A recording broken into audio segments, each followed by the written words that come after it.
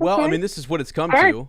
Like, Sir Matt is out, and here is my. Oh, there. Oh, Oh, there she is. What was that? What was that? just like complete pandemonium. Don't mind us. That is my new co-host, right there. Gretchen or Kenya? Or Uh, that poor piglet. both. Hey. Whoever wants to give their opinion on A Song of Ice and Fire. All Well, right. all So right.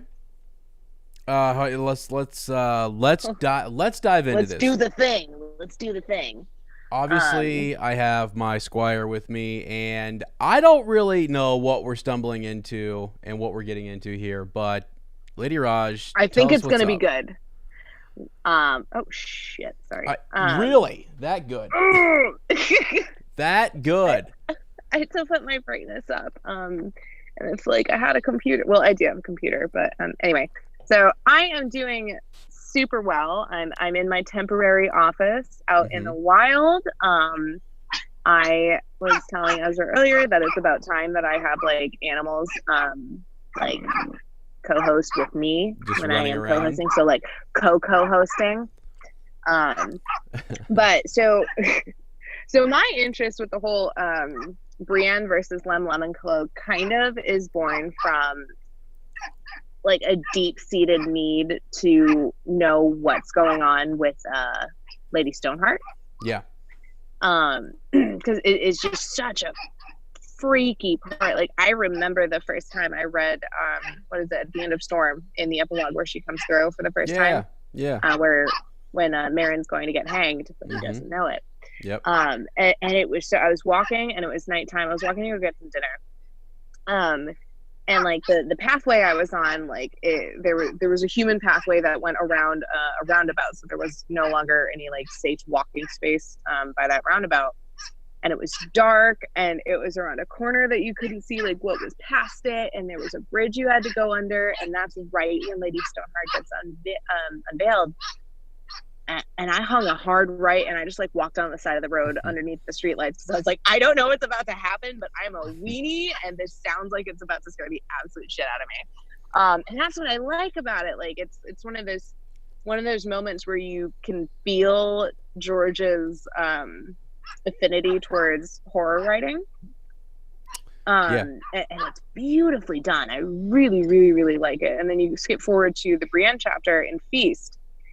And it's even more gut-wrenching, and just like the verbiage that he uses to describe Lady Stoneheart is horrifying, and I love it so much.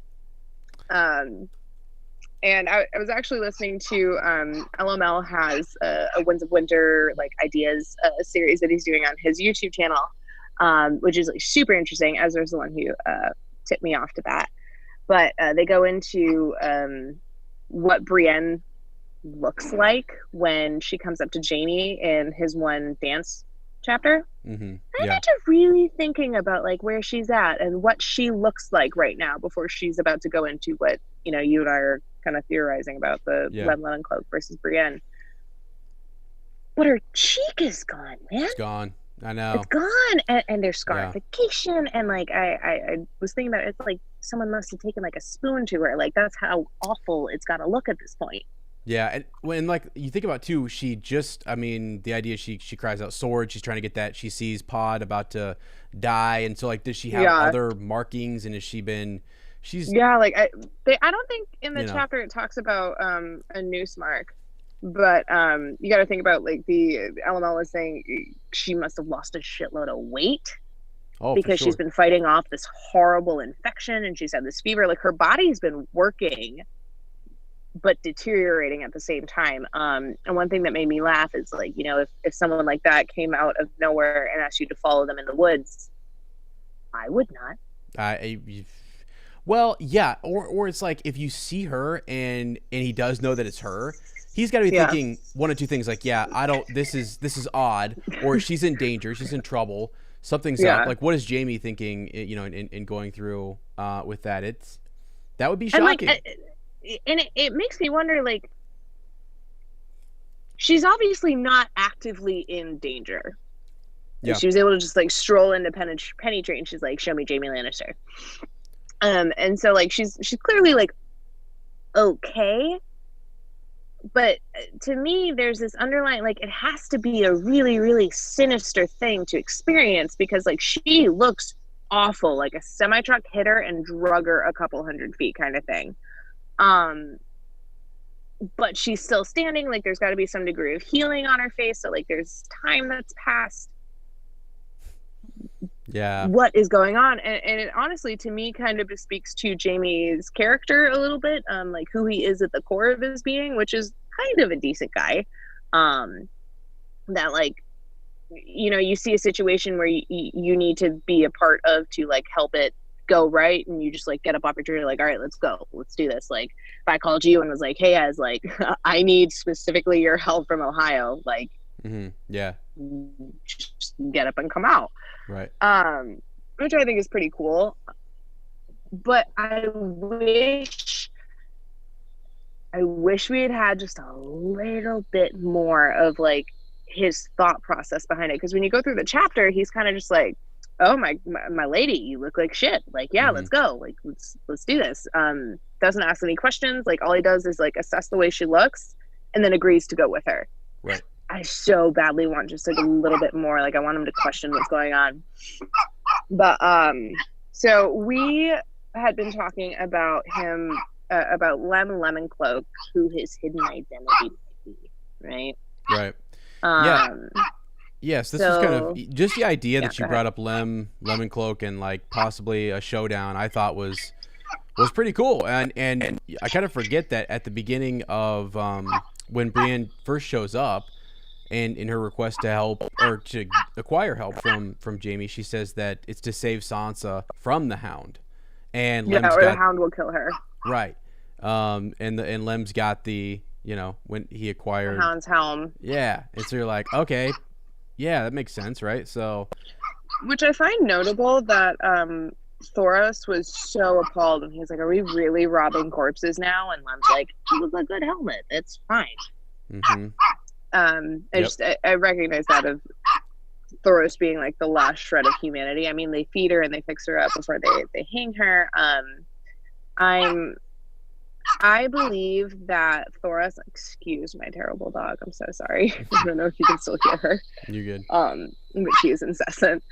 The idea of having Thoros there, no matter how, there's obviously going to be some kind of a trial.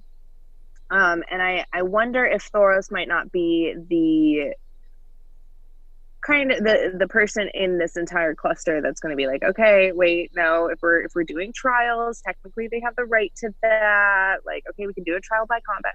Okay, technically you can get someone to like fill in for you in a trial by combat. So like we have to let it slide. And then if Brienne is to, you know, win, Thoros to me strikes me as the person who would be like, okay, like she technically won, like she can leave.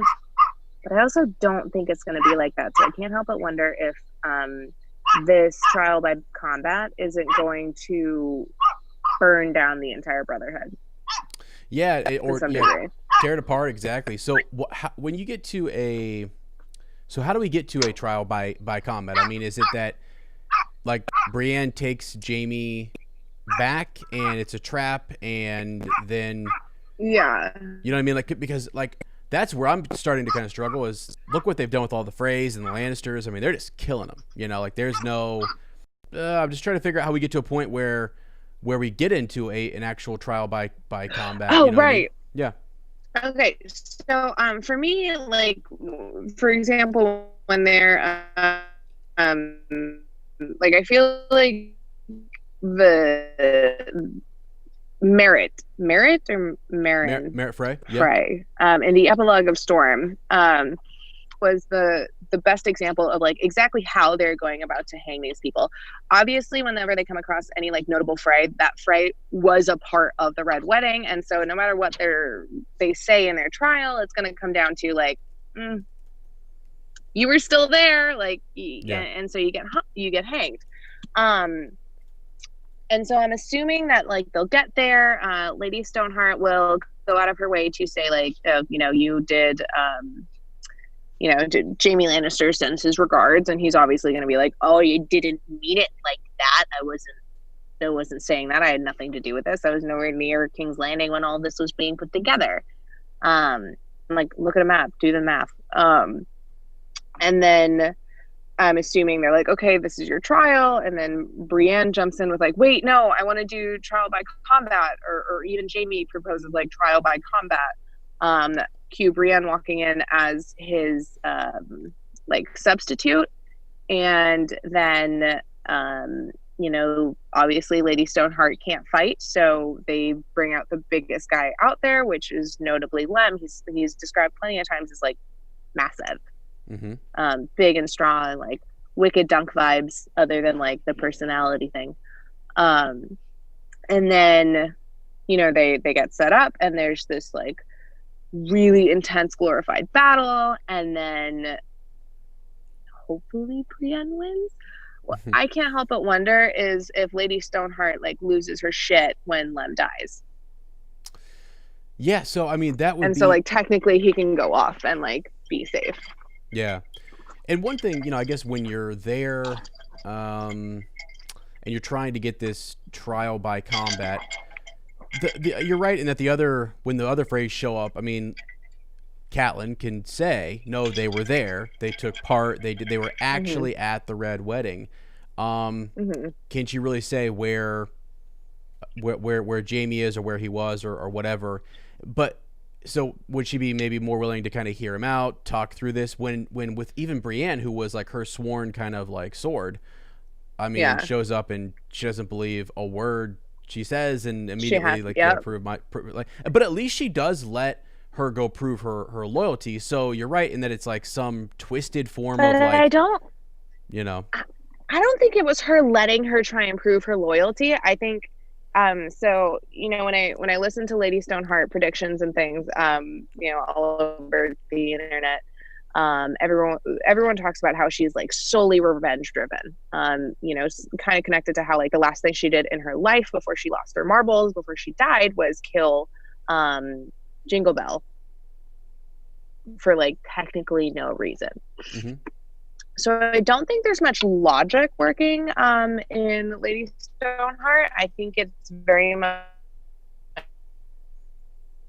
so like I think she would prefer the Trumps got this, like let's kill Jamie after, but like first this treacherous, huge woman who just a couple weeks ago was like, yeah, like I'll do the Jamie killing for you, but instead she just brought Jamie to her. She didn't actually kill Jamie Lannister. It's like, okay, trial by combat, get rid of both of them, let's do it. And then say that Brienne wins, kills Lem, technically by the rules that she agreed to. I don't know if you can see Gretchen behind me right now. I know it's in the dark. But like Lem dies, and so like technically by the rules that she set up, they can all go. And I'm pretty sure that'll send her over the edge. And my question is the rest of the Brotherhood going to like stand by her and like try and keep them from leaving, or like try and if Lady Stoneheart's like, fuck it, kill them all. I'm wondering if the rest of the Brotherhood will agree to that, or will finally, as a group of broken men, break from what their leader is telling them to do. Yeah. No, and just like leave. Yeah, and Thoros is the one who seems to be like, when you look at his character, kind of, okay, he's starting to say things like, this is not who we are, this is not right. We don't steal helmets. Right. I mean, he's lost Beric, wasn't going to bring Catelyn back. Beric does. Edric Dane is gone. I mean, like half of them are already kind of split up, so it's another fracturing. Yeah, it is sort of like who would be loyal to, who's going to stick around with Lady Stoneheart. And when the logic is that off, I mean, it is that sort of whatever, they've turned into a bunch of just like bandits or something. I mean, they're just broken men. Yeah. So what I thought was really interesting is, and you brought up a theory. You brought up what is it called? Lem Uncloaked. Uncloaked. Yeah. Lady Gwyn from Radio Westeros. Another shout out to a fantastic Titan. they go way in depth, and they really look at like, I mean, lots. I mean, just like, every word, pull out a lot of just like one-liners and make connections, and it's really cool. And that's actually what you have to do, I think, with George's writing. But she kind of came to this conclusion, or this idea they proposed, that it's Richard Lonmouth, right? That could be who this is, who was Rhaegar's squire, really good friend. So and squire. I'm just thinking, like, during that whole trial by combat, obviously if he loses, cool, that's great, whatever. But like, what could he reveal? What could someone like that who was at the tourney at Harrenhal? I just think when I started thinking about that, I was like, wow, that a guy tourney like that could say so much. So we were discussing a little bit earlier before we started recording, like, you said tourney of Harrenhal, but also like he might, if so Barristan talking to Daenerys goes on to say that Richard Lonmouth was one of his best friends. What if he knows about Rhaegar's, like, affinity towards the prophecy? Mm-hmm. So like, and it might be something that he just wasn't into, so he kind of like brushed it off. I'm sure everyone has a friend who talks to a psychic kind of thing. And I can't help but wonder if like he might know a whole bunch. Right.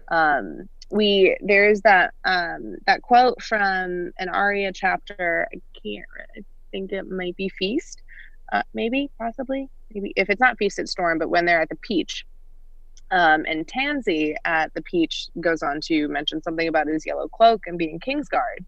So for me, on my first read, and I was very, very new to the entire series, I had no idea what I was diving into. This is like 4 years ago.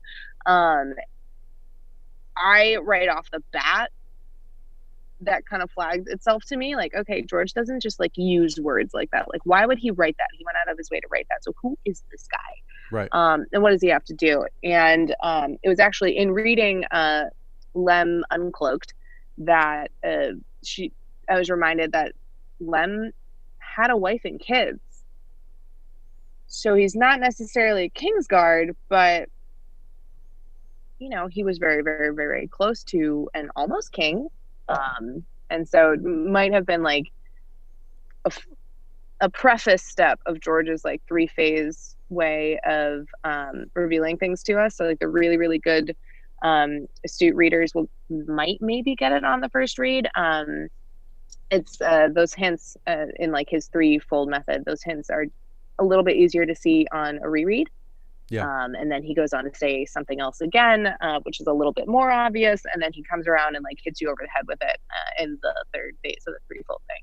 So I wonder if like what that meant and exactly how subtle is that hint supposed to be? Like, does it mean he was somehow a Kingsguard to somebody, or does it mean he was just like really, really close? Like a good friend guards your secrets and keeps you safe, or tries to keep you safe the way that a Kingsguard is supposed to. So like, yeah, and even just the idea that he would be in proximity to a member of the Kingsguard in Jaime, and then fighting someone who, if what you're kind of saying is that maybe if it is trial by combat, and Jaime kind of says, or Brienne says, I'm going to be his champion, right? And then she's, was a part of the Rainbow Guard, and then according to the TV show, right, eventually ends up becoming, wearing the white cloak. That's crazy. That would be that, because there is a direct reference to, him having a cloak that looks like, if we wash the piss out of it, we'd see that he really is a Kingsguard, Knight of the Kingsguard. A Knight of the Kingsguard. I can hear Roy saying it right now.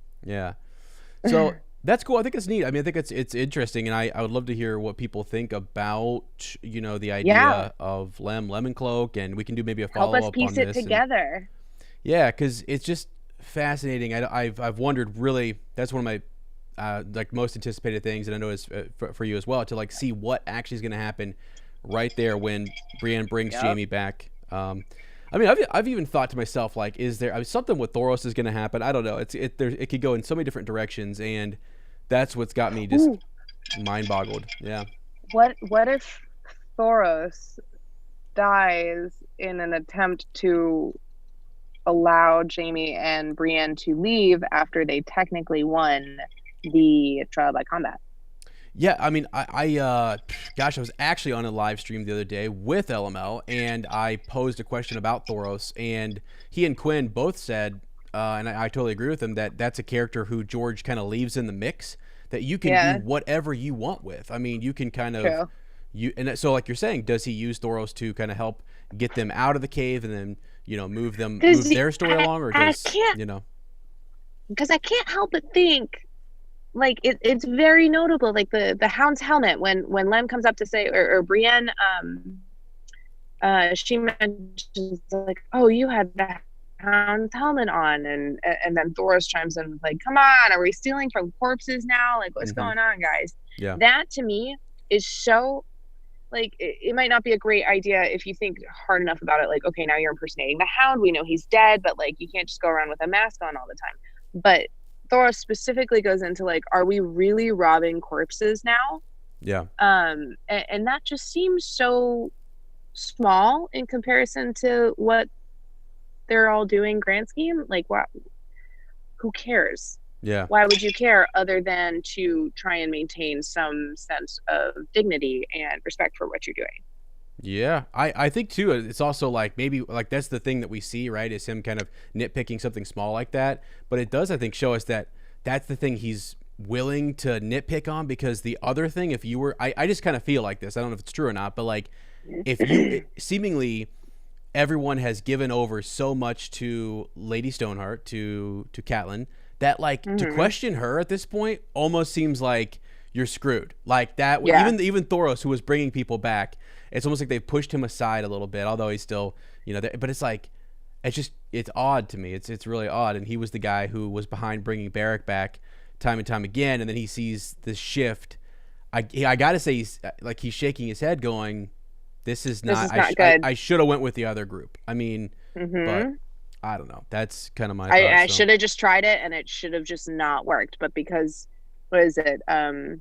Beric passed the flame of life from him to her, so give or take, that's something along the lines of the quote. Like, he gave his life energy to Catelyn, and I wonder if, because Beric in and of himself is diminished every time he's brought back, I wonder if Catelyn was brought back to the same level of coherency that Beric would have been if he died a seventh time, or eighth, I don't know what, if Beric died another time and then was brought back. So I wonder if Beric would have been that ruthless about whatever he was focused on, if he had simply died and the Pink Priest brought him back. Yeah, that is interesting. I mean, the other thing too, I've always thought like Beric was brought back almost within hours, like the first time, and then Catelyn's brought back 3 days later or something, and so it's just like, it's bizarre. But yeah, that's super messed up too. Like, she's dead for a long time. Like, do dead, that. Like, she was very, very, very dead. Right. And I wonder, why did Beric want to try to bring her back? Because in 3 days you can see signs of decay and things. Like, you are rotting by day 3. Yeah. Ask I know. Jamie, he was by the pier for however long. Right. Or pyre. Whatever. One of the reasons I like Beric is because I literally think he was so like acting upon like Robert Baratheon's like last order, like through Eddard Stark, is like, and so he sees like Eddard's wife and knows what happened, and I'm just thinking he's trying to do, in an odd way, he's trying to do something right. Yeah, but it really is not maybe the best thing he should have done. So no shit. Yeah, just, and we lose him, and I love him. I love Beric, and he's gone, and I'm like, oh no. So anyway, but all right, yeah. So some interesting thoughts on Lem, on Jamie, Brienne, Stoneheart, Thoros. It's all gonna be interesting. I would really love to see what people think about this, though. Let us know. Help us piece this together. Yeah, because I think we would be down to do a round 2, a part 2, possibly, and talk a little bit more and find some, maybe even go beyond just this trial. I kind of want to talk about what Lem can maybe tell us, and then even go beyond that. Where do we go afterwards with Jamie and everyone, and does Stoneheart, where does she, ultimately end up? It's my fascination. So and then one last thing. Yeah. Who do you think we're going to hear it from? Because I texted Ezra earlier today. Can you imagine if we got a pod POV? Oh man. That was actually a good thought. I thought, that would be, that would be interesting. Yeah. to see that, Like to hear him show how stumble through significant the he like, is. Sir and my lady. I wonder what his like consciousness would be. Like, would he go to, you know, like what would he say, he or she? Like, because he's always stumbling between my, you know, my lady and Sir. Mm-hmm. Yeah. It's just, you know, I'd like to know how Pod thinks. I would actually too. think I think Pod's going to come back pretty fucked up from this, to be completely honest. Really? Okay. Yeah. Yeah. So if you like go back and read that last chapter or listen to Yeah. that last chapter, whatever is your fancy, like he just has his head hung the entire time and he's so defeated. I mean, he's only how old? Like he's still a child. Yeah. He's still And really like young. he's Yeah, faced some really traumatic stuff. Right. I'm interested Yeah. to see if he's gonna break. You know? And he's already, Yeah. as you say, been through a lot, and he's Been through the ringer. yeah. But he's awesome. Poor you know, I actually kind of like what they the do with him. rod. Yeah, I actually am cool with what they did in the show. I was like, that's hilarious, and I'm all for it because it was funny. I think that is one of those. There are a couple of moments in the show where I just like drop dead, like guttural laughing, and that is one of them where you're like, yeah, that scene with like Bronn, Tyrion, and Pod. right. I'm bringing my phone like closer and closer to my face. So I the know. light from you. Literally, darkness has fallen on sorry. you. It is the night is dark and full of tears. The night What? is dark. I'm ready for you just to like light a big fire and for this like, you know, put your red like it's I love Melisandre, you. guys. I didn't even know, but like what? Right. Oh Hell shit. yeah. All right. Well, hey, I'm gonna put links down in the description. You guys can follow us on social media on Yeah. Twitter. Check out Lady Raj, and we'll be And back. check out LML and Lady Guinevere. Yes, absolutely. Quinn. The Titans. Quinn's on who we Ideas stand on. as well. Quinn's Ideas Yeah. does a really great series, and we've been kind of following that, and probably going to be jumping off of some of their ideas here in the future on future videos. But it's fantastic stuff. You guys, I'll put links to their Yeah. playlist down below. Good stuff. So, Absolutely. all right, friends. Thanks so much for checking this out. Leave a comment down below. Please like, subscribe, and remember that the night is dark and full of terrors. Full of terrors.